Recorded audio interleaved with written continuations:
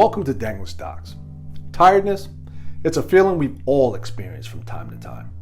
All of you are familiar with the phrase, I'm tired, which is the expression you may use in almost any setting. But sometimes it's better to express this sentiment in a different way. For example, if you're at a formal work event, you don't want to blurt out, I'm tired, because it could be a little rude. Instead, you could say, please excuse me, I'm extremely exhausted, or I'm feeling a bit fatigued. Would you please excuse me? People over 40 might also say, I'm tuckered out, which means they're running low on energy. Sometimes we also say, I'm exhausted. What do you say we call it a day? Or, I'm spent. Let's call it a day. The expression let's call it a day means let's end it or finish up what we're doing. Some other polite ways to say that you're tired are to say, I'm drained, I'm bushed, I'm spent. These phrases basically mean that you have no more physical or emotional energy available. For example, you could say, I was so drained after workout. I haven't slept in 24 hours. I'm so bushed, or I'm emotionally spent. When you're talking to friends and family, you don't have to be so formal. So you could say, I'm beat, I'm worn out, or I'm dead tired. For example, if a friend calls and asks you to drive them to the store 5 minutes after you get home from work, you could say, I can't take you right now because I'm worn out. Or I had to work overtime today and I'm beat. So you could also say, I'm pooped, but be careful not to say I'm pooped because it means you went to the bathroom. Informally, you can also use the phrases, I'm dead tired, I'm dog tired, or I'm wiped out to tell people that you're on your last leg, which is another figurative expression that says, I'm tired to the point of collapse.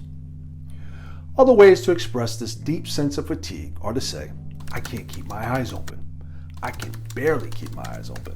I'm running on empty. I'm running on fumes. I'm dead on my feet, and I need some rest.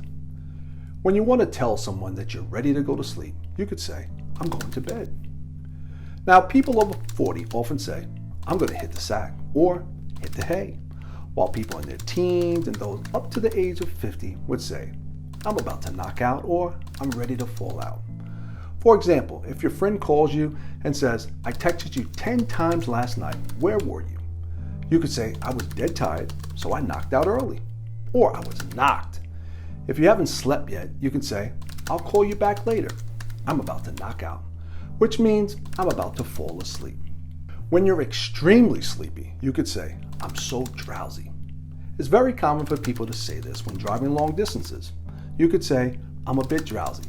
Let's stop at the next rest stop to get some shut-eye, which also means sleep. If someone falls asleep suddenly, especially for a short period of time, you could use the phrases dozed off or dropped off. For example, we might say, I was reading a good book until I dozed off, or after the kids came home from the amusement park, they just dropped off.